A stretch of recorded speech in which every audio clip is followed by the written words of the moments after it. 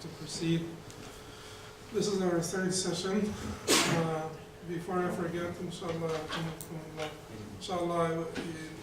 next week and the week after, for the next 2 weeks, I will be absent. Inshallah, leaving for Minnesota and then Kuwait for the next 2 weeks. So we will resume, inshallah, in the beginning of April, right?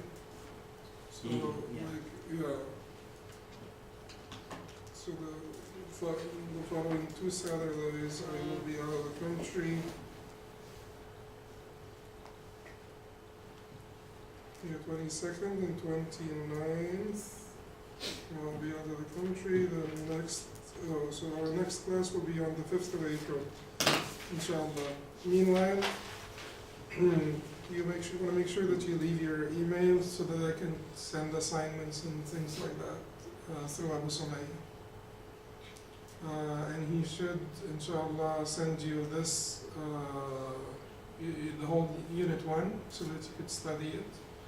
Whatever we finished, you would, study that, and whatever we have not finished, you could read it beforehand, so that you will be ready when we come back to it, inshallah. In the first session, we talked about a lot of introduction in the first session. And in the second session, we talked about the definition of fiqh, linguistically and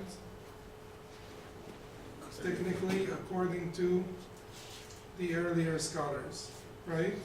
So we talked about the definition of fiqh linguistically, and we talked about the definition of fiqh according to the terminology of the earlier scholars. This is what we talked about last time, right? Fiqh from a technical point of view, according to the terminology of the early Muslims.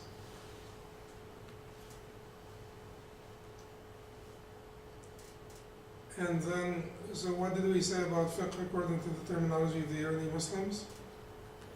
What did we say about fiqh in general, in terms of the language? What's fiqh in terms of the language? It's the knowledge of some subject, like comprehension. Knowledge, understanding, comprehension. Yeah, knowledge, understanding, comprehension. So is basic knowledge fiqh? Is knowledge fiqh? Yes. Or not? According to Shaykh al-Ashqar rahimahullah, he considered knowledge to be fiqh, even without comprehension of subtleties or anything, to have some knowledge, because knowledge is the basis of understanding.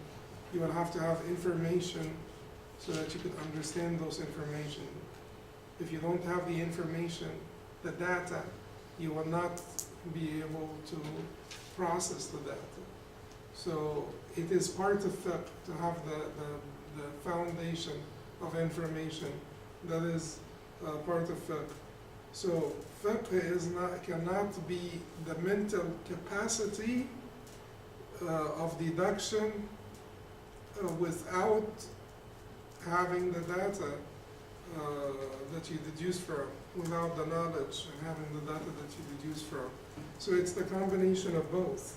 So you will have the data, and then you will process the data. The data is the knowledge, and then you process the data. And after you process the data you would have added to the body of knowledge. Right or wrong? Because you have the data, you have like the hadith, and then you process the hadith, and then you come up with a ruling. The ruling adds to the body of knowledge. So it is knowledge, comprehension, knowledge. There is a basic knowledge, followed by comprehension of this knowledge, to add to that body of knowledge, new knowledge, which is the knowledge that has been deduced from the original data. Sahih? Okay. So that is the fiqh linguistically. So it is the knowledge and comprehension, and it is the mental capacity to deduce the rulings or to deduce benefits from the data. Now, fiqh, according to the terminology of the earlier scholars, in summary, what was fiqh according to the terminology of earlier scholars?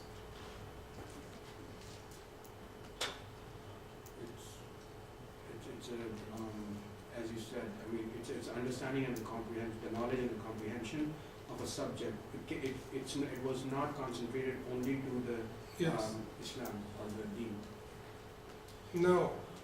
On the scholars, The entire in terminology, in linguistic terminology, it does not pertain to the deen only in language.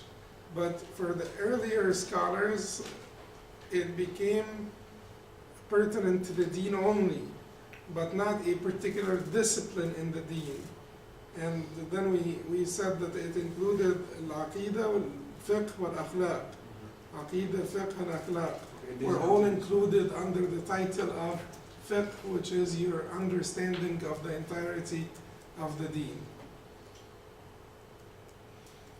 And we give the example of, for instance, Imam Abu Hanifa calling his book on Aqidah al-Fiqh al-Akbar. His book on Creed, he called it al-Fiqh al-Akbar, the greater fiqh. Okay, today inshallah we will go over al-Fiqh according to المتأخرين. الفقه في اصطلاح المتأخرين according to the terminology, or fiqh according to the terminology of the latter generations. So the latter generations began using the term fiqh particularly for the science of Islamic law. They limited it to imply knowledge of the practical legal rulings. And then when we go over the definition, inshallah, of fiqh, the various definitions of fiqh, we will see why they used those definitions. Sadr al-Sharia, which is Ubaydullah ibn Mas'ud, said after the first generation passed, the science of fiqh was used to refer to the practical rulings that are derived from detailed evidences, either by generalization or analogy. Thus, fiqh became more specific while maintaining its original discipline. بعد الصدر الأول اختص علم الفقه باستنباط الأحكام العملية من الأدلة التفصيلية بطريق العموم والشمول أو بطريق الاستتباع فتصرفوا فيه بالتخصيص لا بالنقل والتحويل. So basically what Sadr al-Sharia says is that fiqh became pertinent only to the practical legal rulings after the earlier generations. So the definition of fiqh, according to the Amidi here, we'll take this definition and then we will dissect it. So the Amidi, rahimahullah, said, define fiqh as knowledge of, yeah. Can you explain what you mean by that? So he's talking about the extrapolation being either by generalization or by deduction. Generalization is when you have one application and you're generalizing from this application, which is easy. It is basically when they share the same. It is قياس اللغة. قياس اللغة, not قياس in general. قياس in general is the deduction. اللي هو بطريق الاستتباع. So قياس in general is the deduction. قياس اللغة, which is linguistic analogy. Basically, you extrapolate to all that is applicable using linguistic analogy. So, لا تقل لهما أف لا تنهرهما, do not repel them, do not hurt them. By the linguistic analogy, you will use the word hurt in all of the, whatever applies, whatever applications of the word hurt. Do not hurt your parents. then you will say this is hurt, this is hurt, this is hurt, this is hurt. That is linguistic analogy. But by deduction is when you apply it to something different, but it requires some subtlety of understanding, which is to apply the ruling of wine to cocaine, because you have verified that the cause of the prohibition of wine is intoxication, and you will say that cocaine is intoxicant, therefore it takes the same ruling as wine. Now, the process of verifying that the effective cause of the prohibition of wine is intoxication it's a form of ijtihad, and not everyone will be capable of doing it. And the process of verifying the presence of that effective cause in the new matter that is,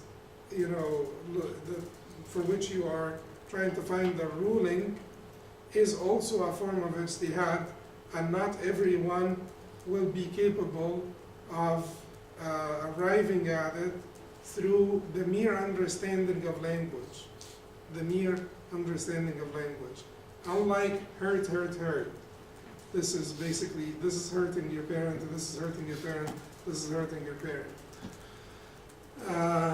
So that is the difference between the generalization and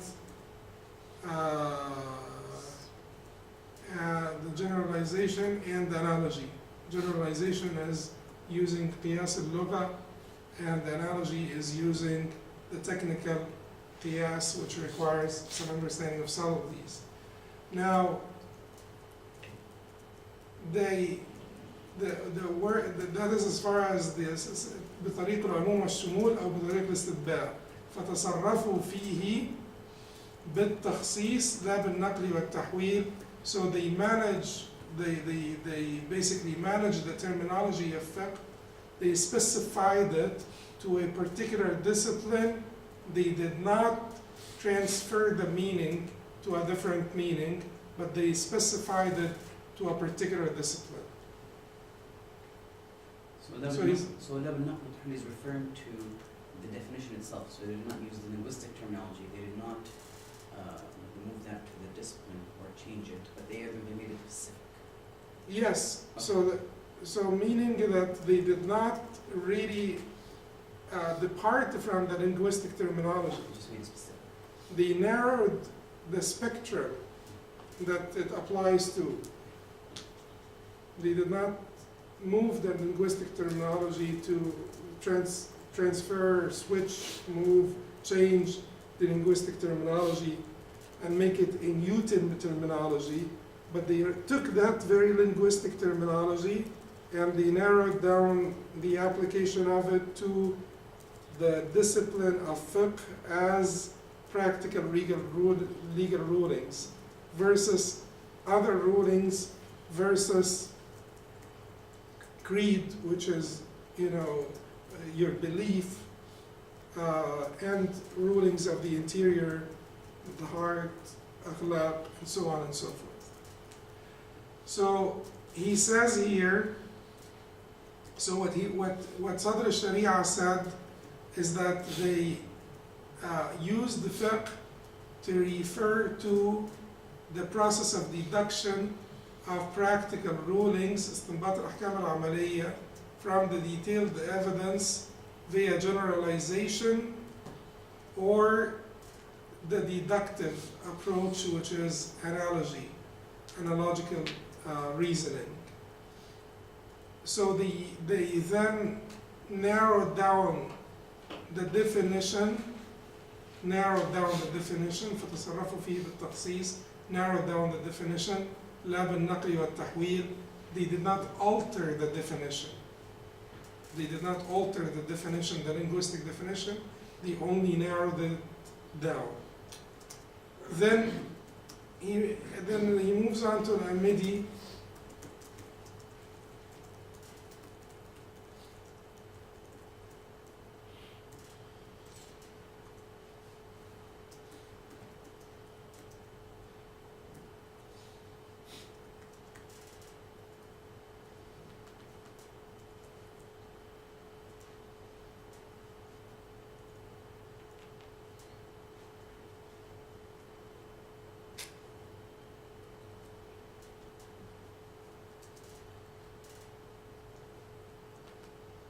So thus fiqh became more specific while maintaining its original meaning.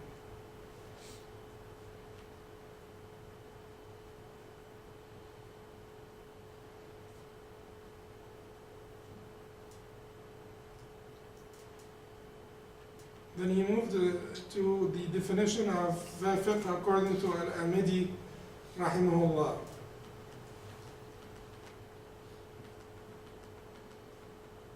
So al-Amidi said knowledge of the legislative rulings as derived from their detailed evidences. And this particular definition of al-Amidi is the one that has been generally accepted by the scholars. They tried to refine it, tried to add to it, but this is it. Knowledge of the legislative rulings is derived from their detailed evidences. العلم بالأحكام الشرعية العلمية no, not العلمية العملية من أدلتها التفصيلية.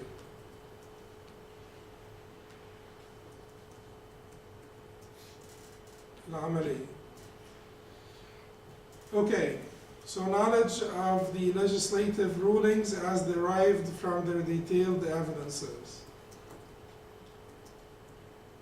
So fiqh is knowledge, like we said before. It is your knowledge of the detailed rulings, الأحكام الشرعية, the legislative rulings. So why did he say الشرعية العملية, which is not actually reflected in the translation of the practical legislative rulings?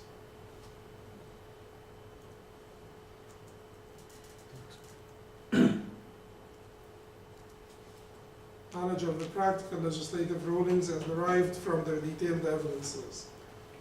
العلم بالأحكام الشرعية العملية من أدلتها التفصيلية. Why did he say الشرعية? Certainly because we're talking about Islamic law. We're not talking about anything else. So الشرعية means Islamic law, Islamic legislation, Islamic legislation. Now العملية, why did he add العملية? To restrict it to that which is beneficial. Not that which is beneficial. Fruitful. No. Yeah. To exclude the inner actions of the heart? Yeah, to exclude the rulings that pertain to the interior. So in fiqh, it does not address the prohibition of prejudice. Fiqh does not address the virtue of humility. This is not because it is not fiqh. And this is not because it's not important. This is because it is separated into a different discipline. What would that discipline be called? Raqa'iq, tazkiyah. Some people call it suluk. Some people call it tasawwuf. So, but it has been separated from the body of fiqh. Separated from the body of fiqh. Why separated from the body of fiqh in the new definition of fiqh, according to the latter generations? Why? Why they separated those subjects? To narrow it down. It's the practical rule of It is evolution of sciences in general. In sciences, you know, people would talk about microbiology, right? And then you will talk about bacteriology and virology as two different disciplines. And then you will talk about whatever else you narrow it down to. This is how sciences evolve. It is all like together, and then, you know, quantum physics, it becomes a different discipline. So this is how sciences evolve.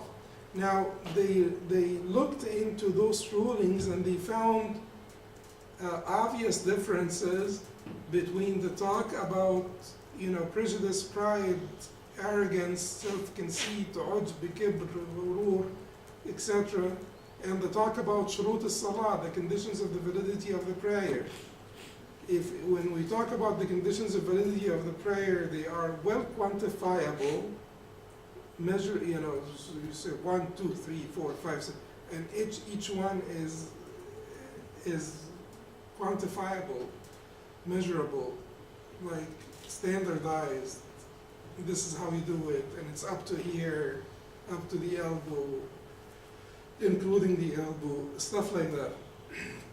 Versus the talk about self-conceit or ujb. It's a completely different nature of topics. Therefore, they decided to separate between them and have this as a discipline and that as a different discipline. Now, we said that this came at some expense, at some price, that the fuqaha that were devoted to the study of fiqh became separated from the sciences of the interior, or many of them became separated, many of them, not certainly all, because the most deserving people of the scale are the fuqaha, the scholars who know halal and haram, because knowing the halal and haram is a prerequisite for avoiding the haram and doing the halal, and that is one of your surest means to tazkiyah, to purification. But we said many scholars that busied themselves only with the study of fiqh as the discipline, the modern discipline of fiqh, and did not really study the ahkam of the interior. They became sort of deformed to some extent. Those who did not, give attention to the ahkam of the interior. You become a mouthpiece. You become just like an intellectual phenomenon, but you're not the scholar in the true sense of the word that the Sahaba knew, that the Tabi'een knew. When Imam Ahmad ibn Hanbal was asked about Ma'ruf al-Karhi and his knowledge, he said, كان عنده أصل العلم خشية الله. He had the root of all knowledge, the fear of Allah. So that is the scholar in their understanding. But then later on, when the disciplines separated so much, and some of the scholars who studied the discipline of fiqh separated themselves from the knowledge of, the interior and the knowledge of the heart and so on, they became unaware of the importance of those sciences. That does not apply to the greatest scholars of fiqh because those greatest scholars that we hear about, it would be quite difficult to believe that those were oblivious to the sciences of the interior. The great grand scholars of fiqh that we hear about, they would have not been oblivious to the sciences of the interior. Allah subhanahu wa ta'ala blessed them with all of this knowledge, so it is not expected of them the names that you remember, the scholars that you hear of, the great scholars, fuqaha and muhaddithin and so on. But we're talking about the whole body of scholarship. We're talking about the less, the lesser scholars. And those are the ones that are more in numbers, so they have like a huge impact on the population. So when they become less interested, less aware of the sciences of the interior, then they dry out the knowledge of fiqh from its sources of nurture, sources, because if you have no spirituality, infused into the knowledge of fiqh, it becomes a very dry knowledge. It becomes a very intellectual exercise. So to basically avoid to sort of conform to the necessary evolution of the science, but avoid the consequences of this evolution, you just need to continuously infuse the knowledge of fiqh with the speech about the interior, the knowledge of the interior, and the wisdoms behind the legislation. And that is something that should not be missed. It is extremely important that you're talking about the wisdom, particularly here in the United States, particularly Muslims that live as minorities within a non-Muslim majority. Oftentimes, if you teach fiqh as like a dry subject, right, wrong, wajib, mubah, etc., without delving into the wisdoms of the legislation, it becomes really counterproductive. And it causes many people to be disinterested, and to causes many people to be suspicious. It causes some discomfort in people's hearts, because they are isolated from the wisdom of legislation, and they are being introduced to like a set of legislations that are completely foreign to them, without understanding their basic, foundation and the wisdom behind them. They will not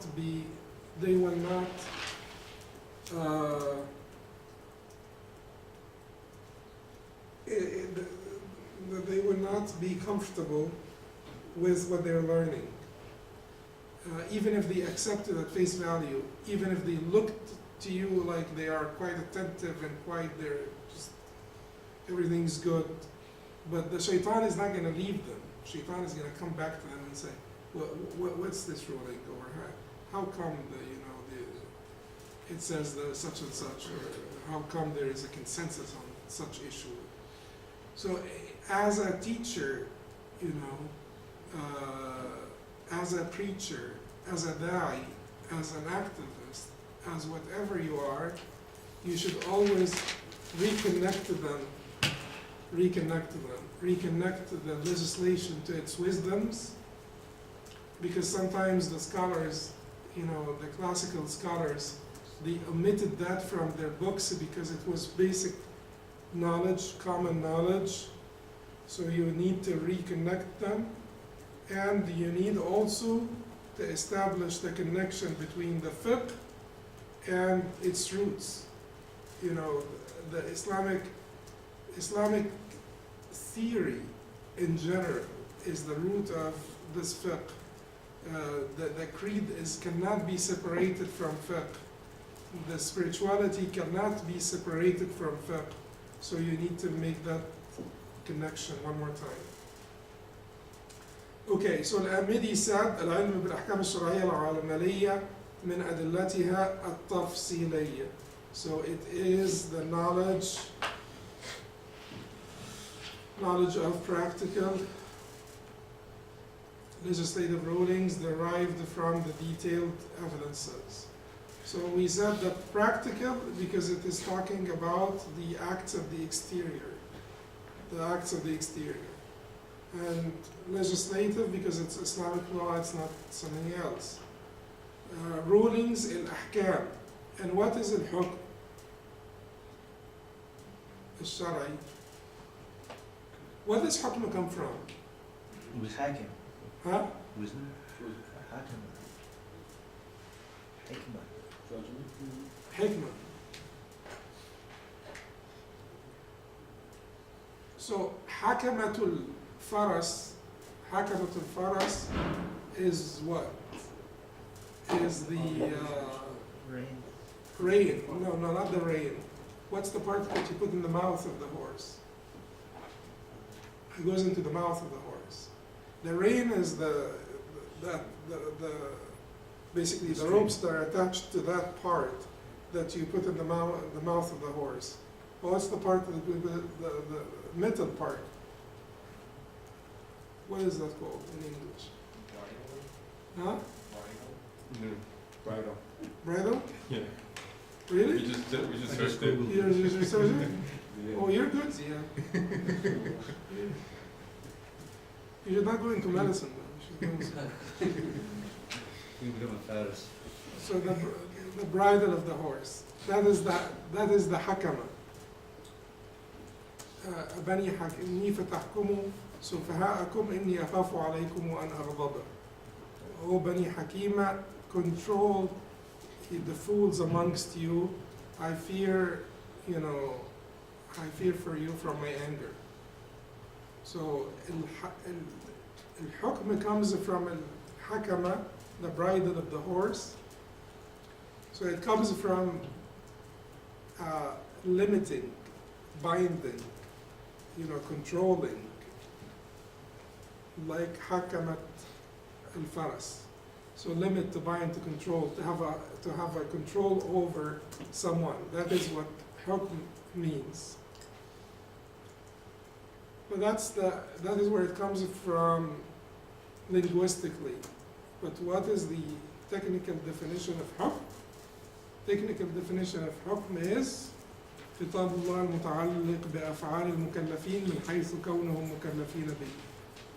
It is Allah's address to those that are subject to taklif, subject to rulings, in the sense of them being, subject to those rulings. Or خطاب الله المتعلق بأحكام المكلفين من حيث كونهم مكلفين به. It's Allah's address to you. It's Allah's commands, requirements, commands and prohibitions to you as a mukallaf, as someone liable for the rulings or addressed by the rulings, but not any khitab, because khitab Allah, or the speech of Allah that is directed to you as an addressee, is not limited to rulings, but it is limited, it is, khitab Allah could be about aqidah, could be about other matters, could be about stories of the ancient nations. But he said here, متعلق بأحكام المكلفين, that pertains to the rulings of the mukallafin, that pertains to the rulings binding to those who are liable for compliance, or those who are addressed by the rulings. But if you say that the hukm is خطاب الله متعلق بأحكام المكلفين, the speech of Allah that pertains to the rulings of the mukallafin, the rulings of the mukallafin, is not all about the rulings. Sometimes there is a speech of Allah that pertains to the rulings, but it is not in the form of command or prohibition. It is not for them to comply. It is just to inform them of the khitab, to inform them of the rulings, to inform them of the salah, for instance. But the hukm al-shar'i is the khitab, or the speech of Allah subhanahu wa ta'ala addressing al-mukallafin, that from which you could actually come up with rulings that are binding on the mukallafin. So that is the definition of al-hukm al-shar'i. So knowing those ahkam, yes. Regarding the word mukallafin, I was attending a lecture once, and I was told that it was something that was introduced due to the influence of Greek philosophy on Islamic law, because the general idea is that لا يكلف نفس إلا وسعها, that none of the rulings are actually a burden. So to call somebody a mukallaf is actually not in the spirit of the law. So was there a definition before مكلفين. No, it is not against it is not against the spirit of the law. Because Allah said, لا يكلف الله نفسا إلا وسعها. Allah will not burden a soul beyond its capacity, but Allah will burden the soul within its capacity. جزاك الله خير. Yeah, but because there is the burden of taklif in general, and you can't deny that waking up for Salat al-Fajr is a form of burden. You know, it is not beyond your capacity, it is within your capacity, but it is, you know, it's, you know, making 5 prayers every day and fasting in Ramadan, you know, along the days of Ramadan, you know, jihad sometimes, stuff like that. These are burdens, but they are within the capacity. So, العلم بالأحكام الشرعية العملية من أدلتها التفصيلية, it is basically knowledge of the practical legislative rulings as derived from their detailed evidences. Okay. So we're taking each word here and trying to dissect each word. So the legislative rulings which is al-ahkam, and I hope you know that I didn't cause you much confusion with this hukm business. But inshallah I'll come up with like a good translation for كتاب الله المتعلق بأحكام المكلفين من حيث كونهم مكلفين به. But generally speaking, you understand.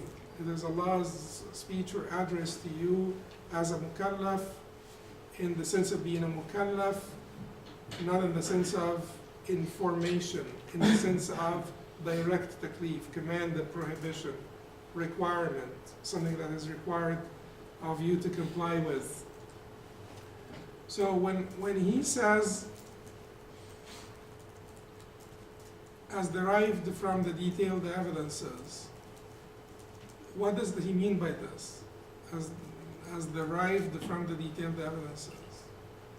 He means that fiqh is not only to know the legislative rulings, the practical legislative rulings. And you would not be faqih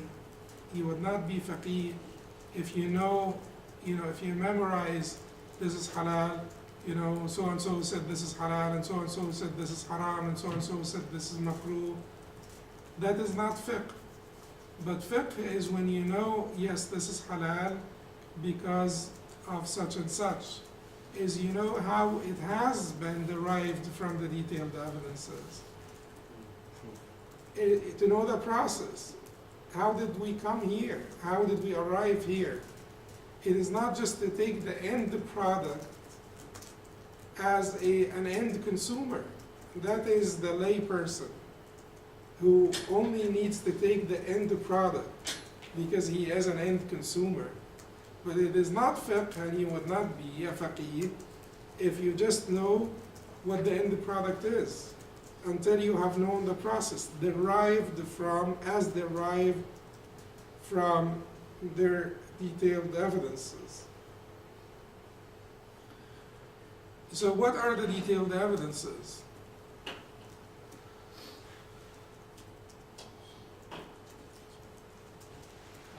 An ayah from Quran or the hadith of Muhammad sallallahu alaihi wasallam, or basically any ijma of the sahabas, or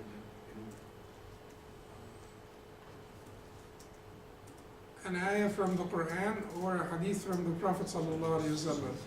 These are the detailed evidences. What about the principles of jurisprudence and the legal maxims and so on and so forth? Why are they not included, although they are used for the derivation of ahkam? So when we say, like we said this morning in the fiqh of transactions class, we said what? We said al-ma'ruf kal-mashrut. That which is customary is like that which is stipulated in the contract. So this is a legal maxim. We said al-Kharaj bid-daman, which is profit follows liability, or profit and liability are mutually inclusive, go hand in hand.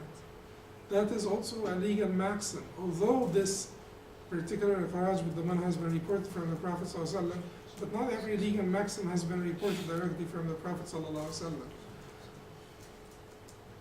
But why does he say here adillat tafsiliyya, detailed evidences? What about the non-detailed evidences, the principles of Sharia? The objectives of Sharia sometimes are employed in deriving rulings, right? When the scholars say this is consistent with the objective of preserving one's life. And it is called upon in the derivation of rulings from those objectives of Sharia. So why did he only say here adillatiha tafsiliyya, the detailed evidences?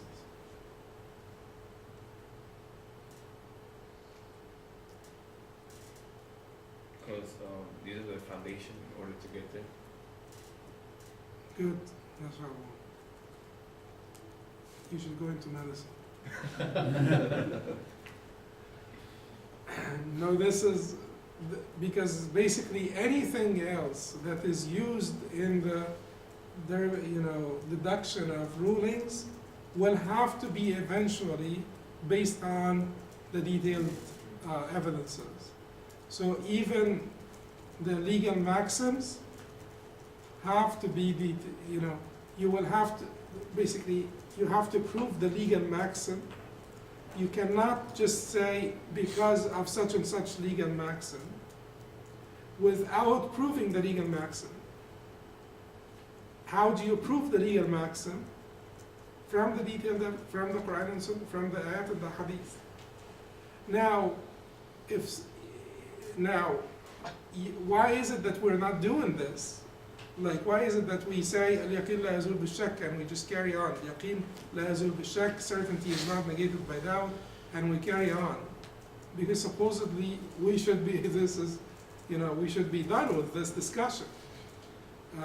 Otherwise, if we do everything from scratch, it's just gonna take too long. But we are done with this discussion. You know and I know that this is a legal maxim that is established, agreed upon, so I don't need to prove each and every legal maxim for you. However, if I can test the legal maxim, you need to prove it to me. So if someone can test al-yaqin la yazul bil-shak, you probably don't want to be talking to him because you're just going to waste your time, give you a headache. Unless it's the student that wants to learn. But if he's actually like contesting as a contestant, then you just. But there are those legal maxims that could be contested by some, particularly when it comes down to the detailed legal maxims within the different branches of fiqh that are called dawabit fiqhiyya, or legal regulators. Then they could be contested, and sometimes they are madhab based and so on, so you can't use your own regulators in your own madhab in a debate with someone from another madhab.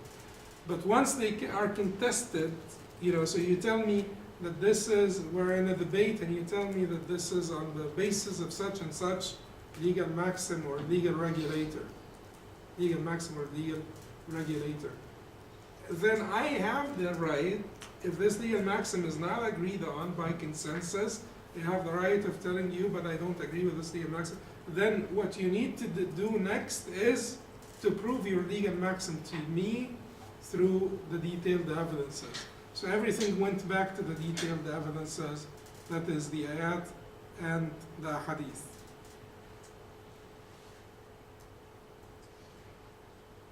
What about ijma'? Someone said ijma' here. What about ijma'?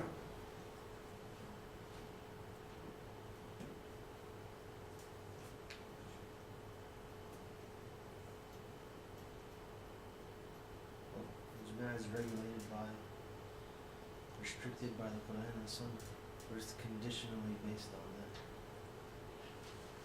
the detailed evidence.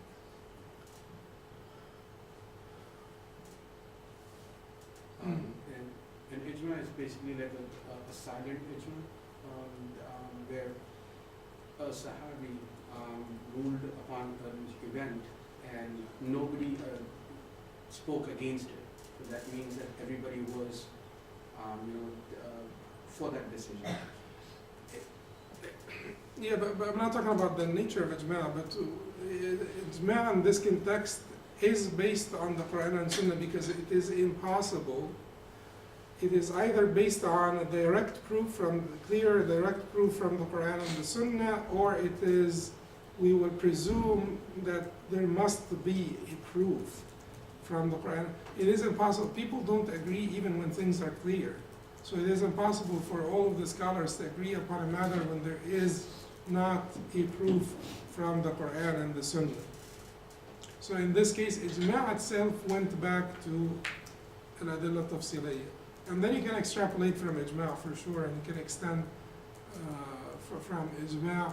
But ijma' in and of itself has to be based on the detailed evidences, because it is impossible for human beings to agree unless there is some clear proof.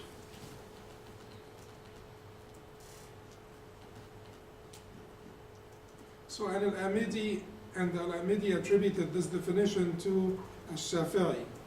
As for Tajuddin al-Subki, he defined it as knowledge of the practical rulings as obtained from their detailed evidences, which is very, the difference in language here. He said, al-Muktasab min al-Adillah al-Tafsiliyya. Al-Muktasab is like a beautiful word, or al-Mustathmar. It basically, Muktasab comes from kasb, from earning, right? So that are earned from the detailed evidences. It is beautiful because of the connotations of it. Like, you feel like you're earning something. After you arrive at a ruling, you feel that you've earned something through your ijtihad, which is excelling. You have eventually earned something. Or mustathmar comes from thamara, which is fruit. And you feel like you picked the fruit at the end of your ijtihad. You were able to pick the fruit of the tree.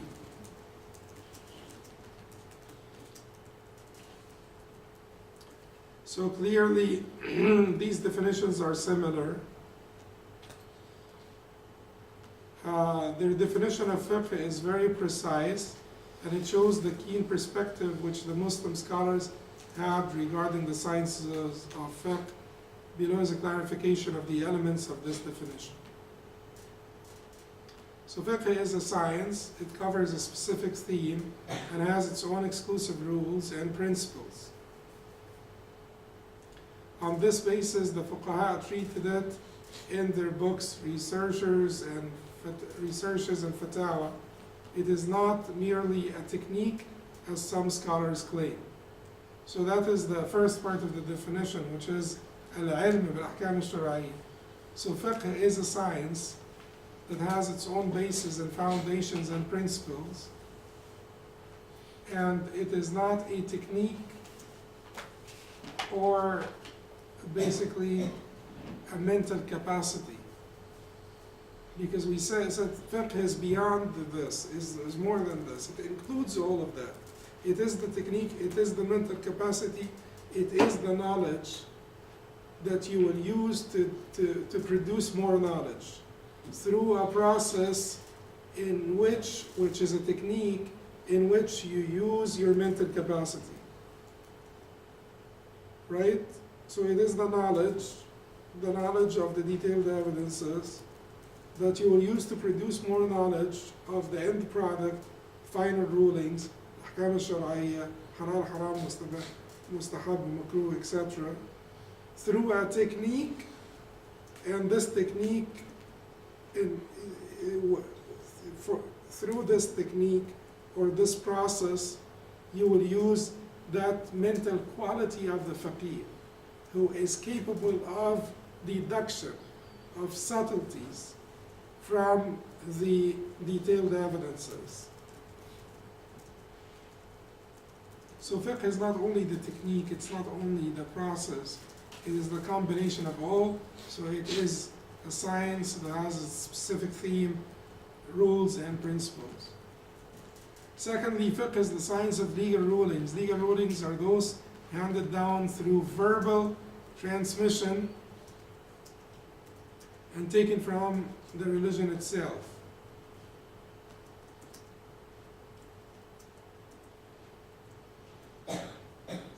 They are not based on simple common sense, such as knowing that this world was created or that 1 equals half of 2, etc. They are also not rulings that can be merely based upon the human senses, such as the knowledge that fire burns. They are also not derived from linguistic jargon or complex grammatical rules. A legal ruling is a rule given by the legislator on a certain issue. When this rule commissions the individual with a certain practice, it is called a hukm taklifi, binding legal ruling. When this rule does not commission the individual in and of itself, then it is called a hukm wada'i, or a declaratory law. Okay, so basically fiqh would be the understanding of those legal rulings as derived from the detailed evidences of the Quran and the Sunnah. Because there is basically different types of ahkam. There is al-hukm al-shar'i, that is what we were talking about, versus al-hukm al-aqli, versus al-hukm al-urfi al-wada'i, versus al-hukm al-lughawi. So al-hukm al-shar'i is the legal hukm, the legal ruling. Then there is al-hukm al-urfi, which is al-wada'i wal-urfi. So al-hukm al-wada'i is basically the natural rules, like fire burns. That is not a hukm shar'i. That is a natural rule. And then there is hukm al-urfi, which is the customary rule. We've come to know that prune juice helps with constipation. That's a customary rule. It is not a legal ruling or a rule, it is customary. So you have the customary, you have the natural, you have the aqli, which is the intellectual one, logical ruling. Al-aqli would be what? The whole is bigger than the part. 1 is half of 2. These are ahkam aqliyya. They're deduced through an intellectual, inductive process only. Right? So this is a hukm aqli. The whole is bigger than the part. This hukm al-aqli is different from al-hukm al-urfi, which is the customary ruling of prune juice, because you would have not known about prune juice unless you tried it. But the whole is bigger than the part. It does not require previous experience. Your intellect is capable of this induction without previous experience. The whole is bigger than the part, or the part is smaller than the whole. And then there is the hukm al-lughawi, which is the linguistic ruling. That's the rulings that are given by language. So al-hukm al-shar'i that we're talking about is different from al-hukm al-aqli, it's different from al-hukm al-urfi, it's different from al-hukm al-lughawi. It is al-hukm al-shar'i that is deduced not from your aql, not from the mere language, not from your experience as a human being, but from the revelation. That is why it's called the hukm al-shar'i. Now, al-hukm al-shar'i itself is divided into 2 different types. The taklifi, which is the binding, and the wada'i, which is the declaratory.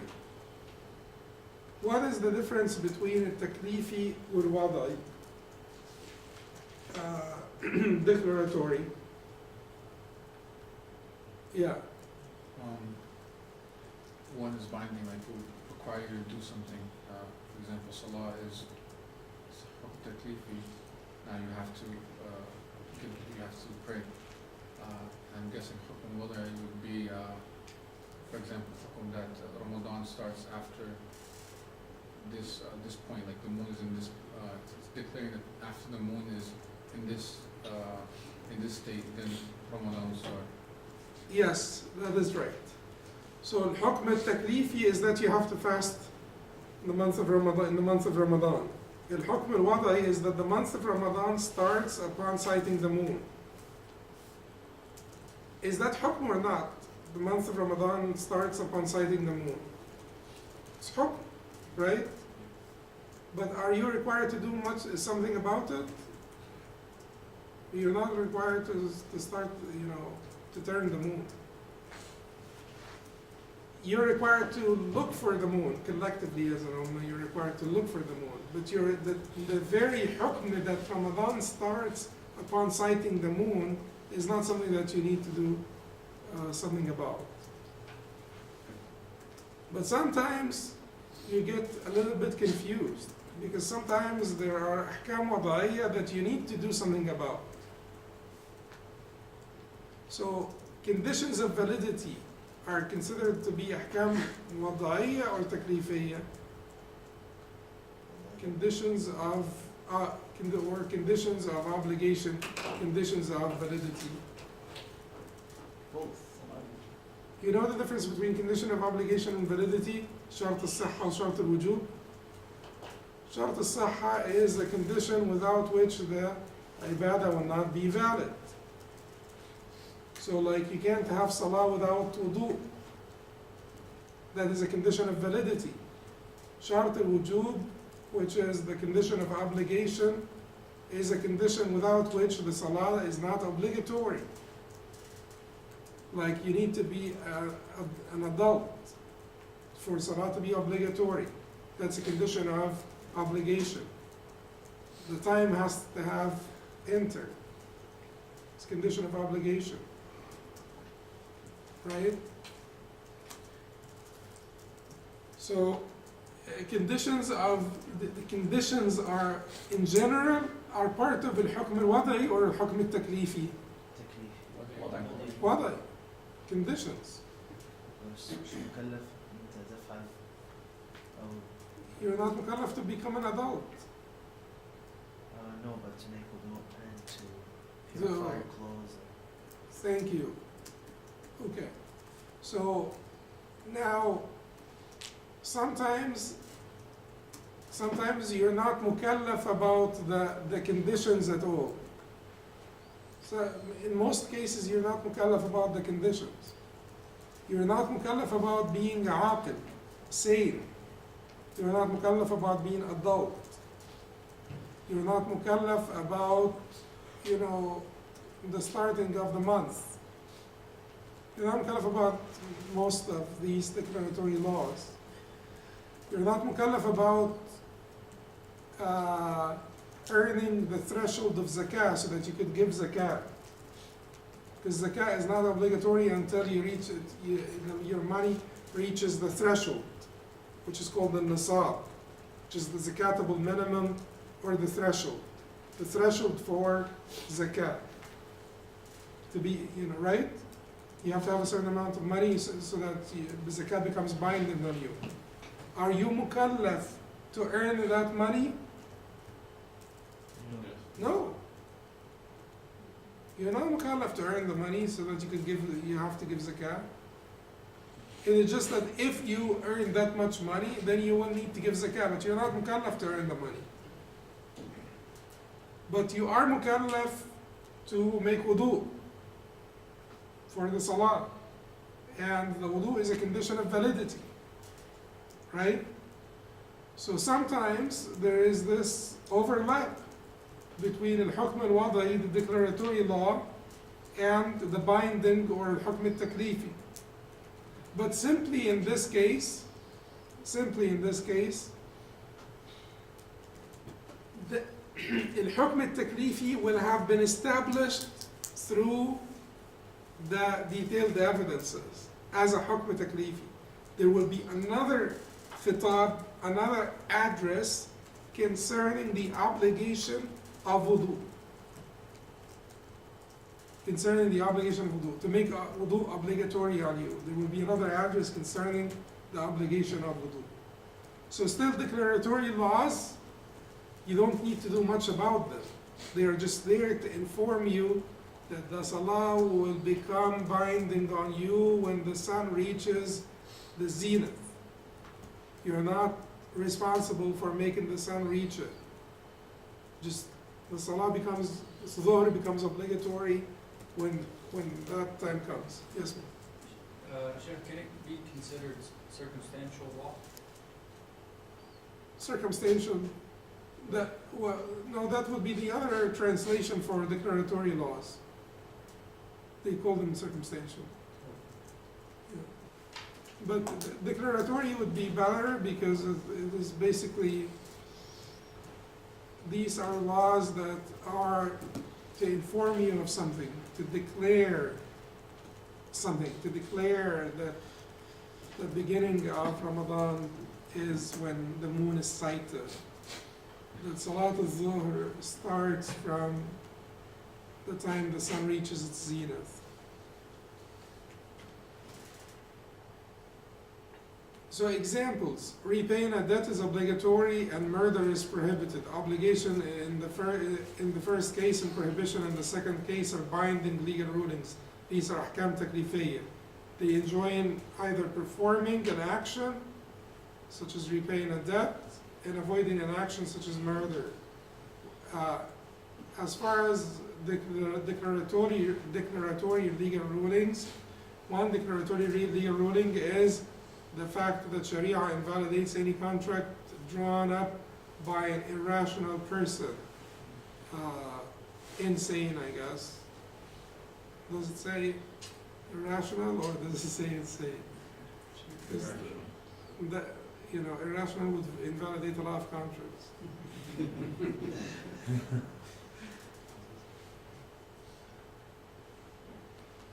Wait a second. الشرع نص على بطلان عقد المجنون. No, المجنون is not irrational.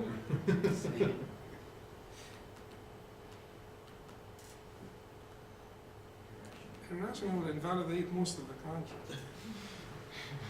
This is a joke.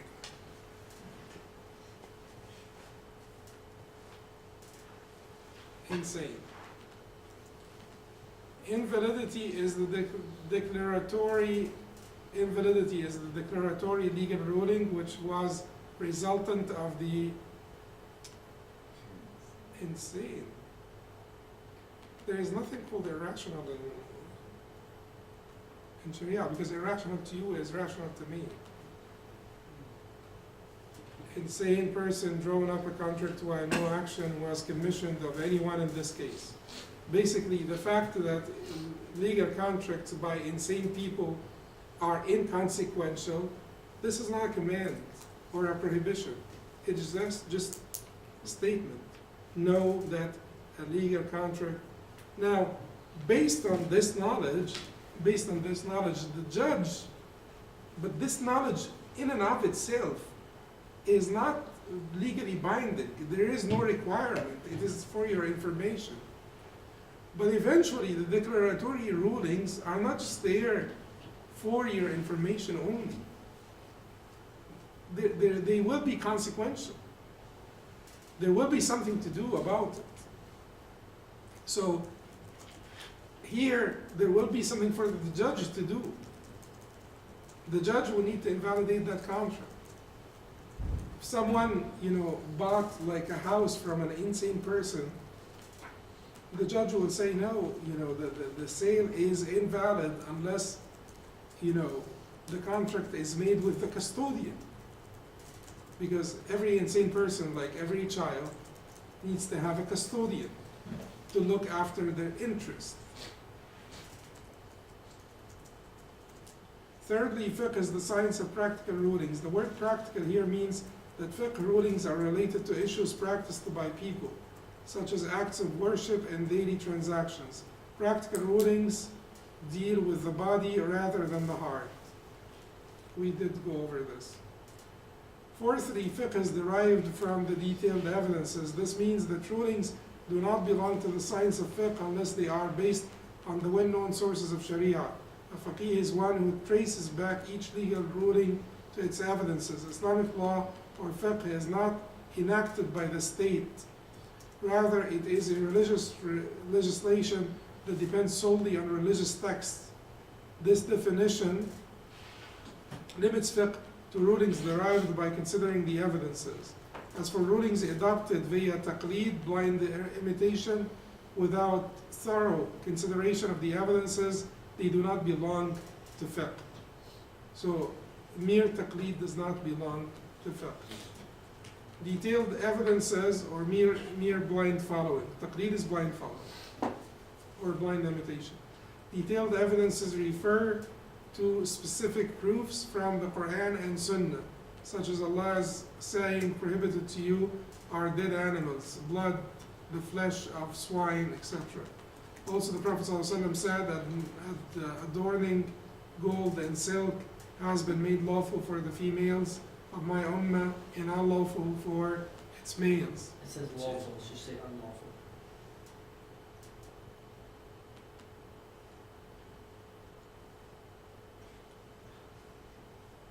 And unlawful for its males. In contrast to the detailed evidences are the holistic evidences. These latter evidences are controversial. According to the scholars of Usul al-Fiqh, the fundamentals of fiqh, since they are concerned with the fundamental evidences from the Noble Quran, the authentic Sunnah, consensus analogy, and the likes. Also, they focus on the implications of the proofs in the Quran and Sunnah. So basically, those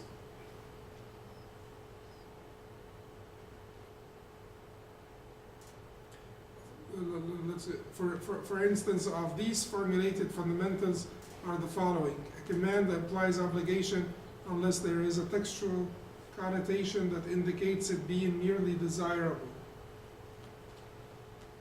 A prohibition implies unlawfulness unless there is a textual connotation that implicates it being merely undesirable.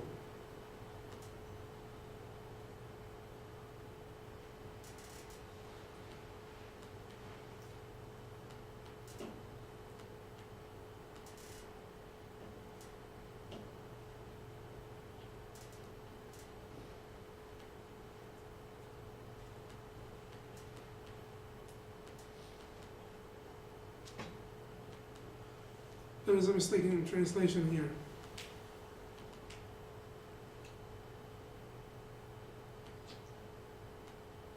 In contrast to the detailed evidences are the holistic evidences. These latter evidences are the subject of research by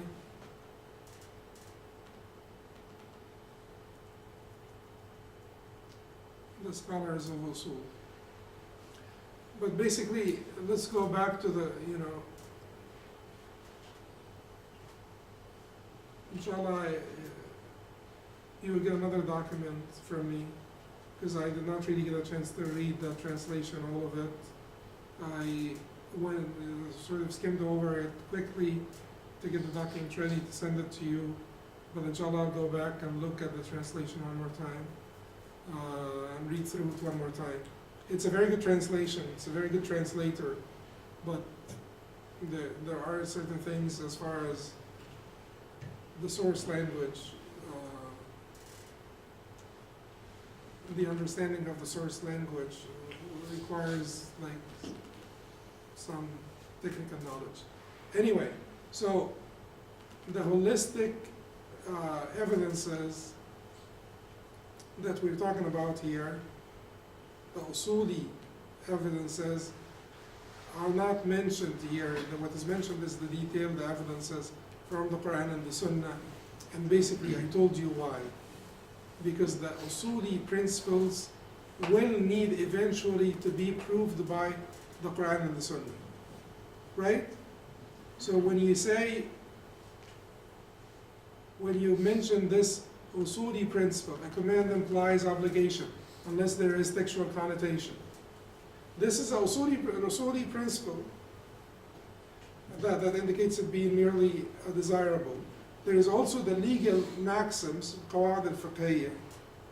And the difference between usul al-fiqh and the legal maxims, we can discuss this inshallah next time. But these are all holistic evidences. We said that they have to be eventually proven by detailed evidences from the Quran and the Sunnah. Because that very statement, what is the proof on this statement? A command implies obligation unless there is textual connotation that indicates it being merely desirable. And the prohibition implies unlawfulness unless there is textual connotation that indicates it being merely undesirable. So in every command from the Prophet, the default is that every command from the Prophet means wajib. It does not mean mustahab. When do you interpret the command to mean mustahab? If there is textual connotation. If there is something in the text that would point to that direction. The proof on this is ما نهيتكم عن شيء فاجتنبوه وما أمرتكم به فأتوا منه ما استطعتم. Whenever I command you to do something, do of it as much as you could. Do of it as much as you could within your capacity, because beyond your capacity you're not responsible. And whenever I forbid you from something, abstain from it, refrain from. This could be invoked here to prove this principle. وَمَا أَتَاكُمُ الرَّسُولُ فَخُذُوهُ وَمَا نَهَاكُمْ عَنْهُ فَانْتَهُوا وَمَا أَرْسَلْنَا مِن رَّسُولٍ إِلَّا لِيُطَاعَ بِإِذْنِ اللَّهِ. All of the ayat that talk about the obedience of the Prophet ﷺ would mean that it is not optional for you to obey him or not. When he gives you a command, it's not optional for you to obey him or not. So this very principle itself is proven by ayat and hadith. Therefore, it all goes back to adillat al-tafsiliyya, or the detailed evidences. Even the holistic evidences, we will have to trace them back to their roots in the detailed evidences.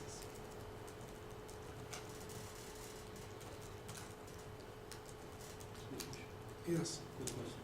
Is it referring to the same concept of saying that unless there is a ruling in the deen, you don't do it? And in the rulings of the dunya, unless it is restricted, you can do it. Like for instance, if it is restricted to eat swine, you don't eat swine. But if there is no restriction on eating, let's say kale, the bird, then we can eat it. So that's like on the rulings of the dunya, and on the rulings of the deen, it's like if it's said not to, it has nothing to go and about the sila, then you don't do it. So you're talking about al-asl fi al-ibadat, al-hadr wal-asl fi al-mu'amalat al-ibaha. The default concerning worship. It is not rulings of the deen or rulings of the dunya. It is the two spheres in which fiqh operates.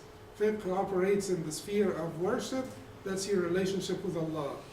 And in the sphere of mu'amalat, interactions, that is your relationship with the creation, not the creator. So in the sphere of worship, fiqh al-ibadat, the fiqh of worship, in that sphere of fiqh of worship, the default is restriction until proven otherwise. So you can't initiate a ibadah. You can't instigate a new act of worship. But in the sphere of interactions, fiqh al-mu'amalat, or the sphere of the fiqh of interactions, that's interactions between you and the creation, not the creator, because an interaction between you and the creator is called worship. But in the sphere of the fiqh al-mu'amalat, fiqh of interactions, the default is the opposite. No restrictions until proven otherwise. So you could eat anything you want until it is proven haram. You could transact in whichever way you like until it is proven haram. Sheikh, is this principle, is this one of those principles that are, that's a usuli principle, or is there something from the Quran and Sunnah to actually prove that, for ibadat it's like this, and for mu'amalat it's... But, just two, like an ayah and a hadith would prove this. هو الذي خلق لكم ما في الأرض جميعا. It is He who created for you all that which is on the earth. هو الذي خلق لكم ما في الأرض جميعا. It is He who created for you all that is in the earth.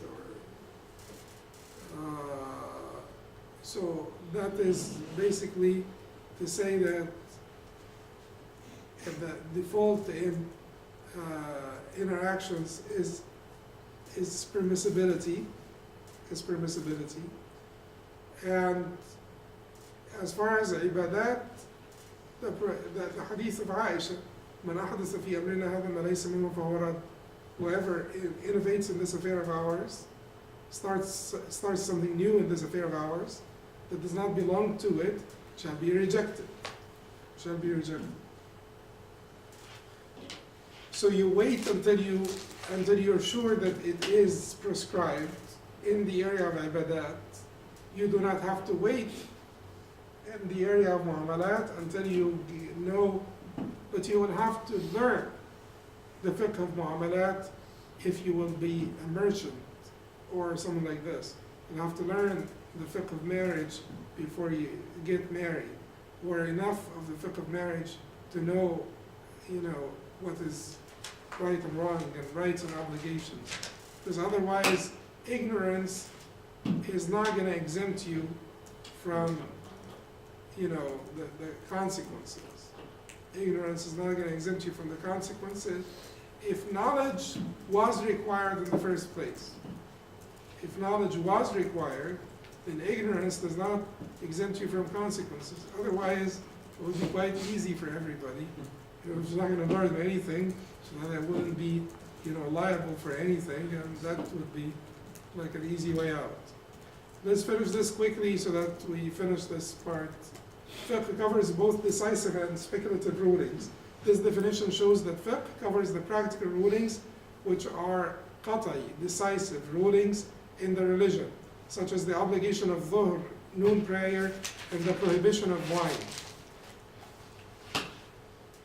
Those are the qat'i things, but and we really need to understand the difference between qat'i and dhanni, so that not that the dhanni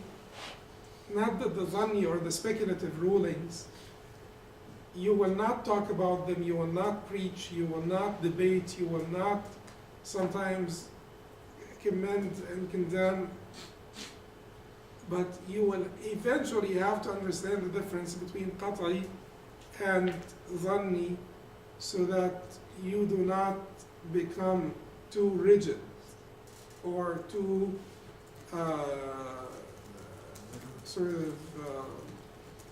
Literal? vicious, against your fellow brothers and sisters, and too certain of your own positions. So the Imam Shafi'i, with his great knowledge, he said that the qat'i would be, the matters of certainty would be like al-dhuhr arba' wal-khamru haram. Dhuhr is 4 rak'ahs and khamr is haram. That is the kind of qat'i that Imam Shafi'i says these are matters of certainty and people should not be debating about them. But for us, we have like thousands of rulings. Whatever it is that is a matter of certainty,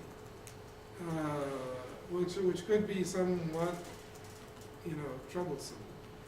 It also covers the dhanni, speculative rulings, such as whether or not touching a woman invalidates ablution, or whether it's obligatory to wipe over the entire head or just a part thereof when performing ablution, etc. So these are the dhanni rulings. He said controversial issues, touching a woman invalidates the wudu or not. Is it obligatory to wipe over the entire head or just a part of the head in wudu? These are dhani issues. And that is why we said that fiqh includes not only, so fiqh will include zuhra arba, and there is only one opinion here. So that is recorded, that is fiqh. But fiqh will include, you need to wipe over one hair, Shafi'i. You need to wipe over 1/4 of your head, Hanafi. You need to wipe over your entire head, Hanbali. Fiqh will include all of the above. That is fiqh, that is fiqh, that is fiqh. Until you could say that you could be the arbitrator, the sort of the chief arbitrator, we will say that this is fiqh, fiqh, fiqh. Now, you don't need to be the chief arbitrator to say, I believe this is stronger. I believe this is more, like in accordance with the Sunnah. This is more basically evidence-based. You could say that without claiming to be the chief arbitrator. But if you transfer the issue from the area of speculative rulings to the area of certain qat'i definitive rulings, now you've made yourself a chief arbitrator over the deen. Some other scholars, such as al-Razi, had a different viewpoint. They believe that decisive rulings are not covered by fiqh. So they said that dhuhr is arba' is not fiqh, because that does not really require any mental capacity, mental quality, any process, nothing. But we said last time this is fiqh, right? Because if we say it is not fiqh, then we're building without a foundation. Because, dhuhr is 4, and then each one of these units is made up of qiyam and ruku' and sujood, and the qiyam consists of, reciting the Fatiha. And then we get into, do you have to recite the Fatiha behind the Imam? But all of it has to be established on what? Dhuhr is 4 rak'ahs. This has to be established on salah is obligatory. So you build from down up, all the way down, and you go up. And the farther up you go, then you start to get into the controversies. So some other scholars, such as al-Razi, have different viewpoint, that they believe that the decisive rulings are not are not covered by fiqh. Ibn al-Humam had completely different view from that of al-Razi. He limited fiqh to the decisive rulings, while claiming that speculative rulings have no place in fiqh. Both views could be refuted by the method which the fuqaha wrote their books, since they included both decisive and speculative rulings therein. Furthermore, the decisive and speculative rulings are not agreed upon between all the Muslims. So there are these certain rulings that are certainly certain, and there are those certain rulings that are not certainly certain. That's the area of controversy. Does this belong to the decisive or to the speculative? So there are certain areas that are certainly agreed upon to be this speculative, and there are certain areas that are agreed upon to be decisive, and there are those things in the middle where they say that this matter has been established by consensus, but then they say, no, really, was the consensus reported on this? Is this like a true consensus? But Ibn Alayya or this or that disagreed, and that would invalidate the consensus. So then there is this discussion over this area in the middle between the clearly decisive, dhuhr is 4 rak'ahs, and the clearly speculative, touching a woman does not invalidate your wudu or not. Clearly speculative, clearly decisive, And then there is the area in the middle where they disagree over whether it's decisive or speculative. Furthermore, the decisive, so basically he's saying all of the above will be included in fiqh because that is what the fuqaha did. They included the clearly decisive, the clearly speculative, and the controversial, whether it's decisive or speculative. They included all of this in their books. Rather, some scholars may have numerous proofs. So he's saying to both Ibn al-Humam, the author, Shaykh al-Ashqar, he's answering, the claim of al-Razi, rahimahullah, and Ibn al-Humam, rahimahullah. Al-Razi said it's only speculative that's considered fiqh, because it is not fiqh to say al-Dhuhr is 4 rak'ahs. Ibn al-Humam says it's only the decisive that is considered fiqh, because we don't know if the other positions are correct or incorrect, so we will not consider them to be fiqh. But we said that this is Sharia. Sharia is what is clearly, the intent intended by Allah subhanahu wa ta'ala, but fiqh includes the correct and incorrect. So he's answering to them, and he says, even the distinction between decisive and definitive is not agreed upon.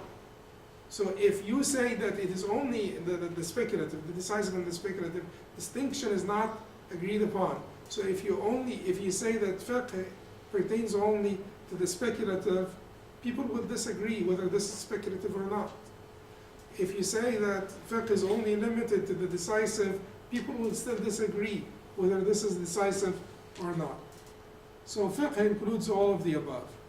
Rather, some scholars may have numerous proofs that make them believe that a particular ruling is decisive, while others do not have such proofs. This is the case among the scholars, and hence others will find more controversy on such issues. So basically, fiqh includes all of the above: decisive, speculative, and the area in the middle. Yes? What formula do you use for the ruling? Do you go with the one that's that you feel is a stronger ruling, or the majority? Oh, so how do you choose between the rulings?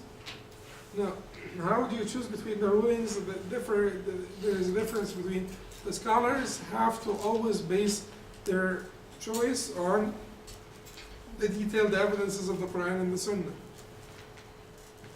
They must base their choices on the detailed evidences of the Quran and the Sunnah. The non-scholars, they have the taqleed, but then their taqleed will be to find the person that is most trustworthy and knowledgeable in their assessment and do taqleed. Now, is there something between the scholars and the public? Something in the middle between the scholars and the public? Or those public that do taqleed, will they be ever asked to look into the evidence at any point? Yes, yes. When you go to a physician to tell you, you need surgery to get your appendix out, and you go to another physician and he tells you you do not need surgery to get your appendix out, will you just base your decision on the reputation of the two physicians, or will you be talking to those two physicians and asking them questions? And why do you think I don't need to get my appendix out? Why do you think I need to get my appendix out? You will be talking to you will be asking them questions. The same applies here to this case. Yes, you will be a follower at the end of the day, because you may not, that physician will talk to you and the other physician will talk to you. You may not be able to comprehend the evidence completely of both physicians, but you will still ask, because that is part of doing your best to arrive at a conclusion that you feel is in your interest or your welfare. And you should do the same for your religion as well. After choosing the scholars that are trustworthy and knowledgeable, you will weigh the evidence of both sides, because that is how you, as much as you can. Unless it is a matter that is completely beyond your comprehension, and there are such matters that are completely beyond the comprehension of the layperson, and that is relative. Because, you know, the scholar and the layperson, it is not like scholar, layperson, and that's it. It is a continuum. Because the layperson learns and becomes a little bit more learned, learns more, learns more, learns more. You get to be a scholar, it's not overnight. It's not like something will descend on you from the heavens, and then now you're suddenly a scholar. It's a cumulative process, So you can't say that here you've become a scholar, and then it is all different now. But so it is relative, and that lay person is not one thing. It could be anything from completely ignorant of everything, you know, to someone who is a step away from being a scholar. So in this case, they will exert the utmost effort by choosing the scholars that they listen to, but also by weighing the evidences presented to them.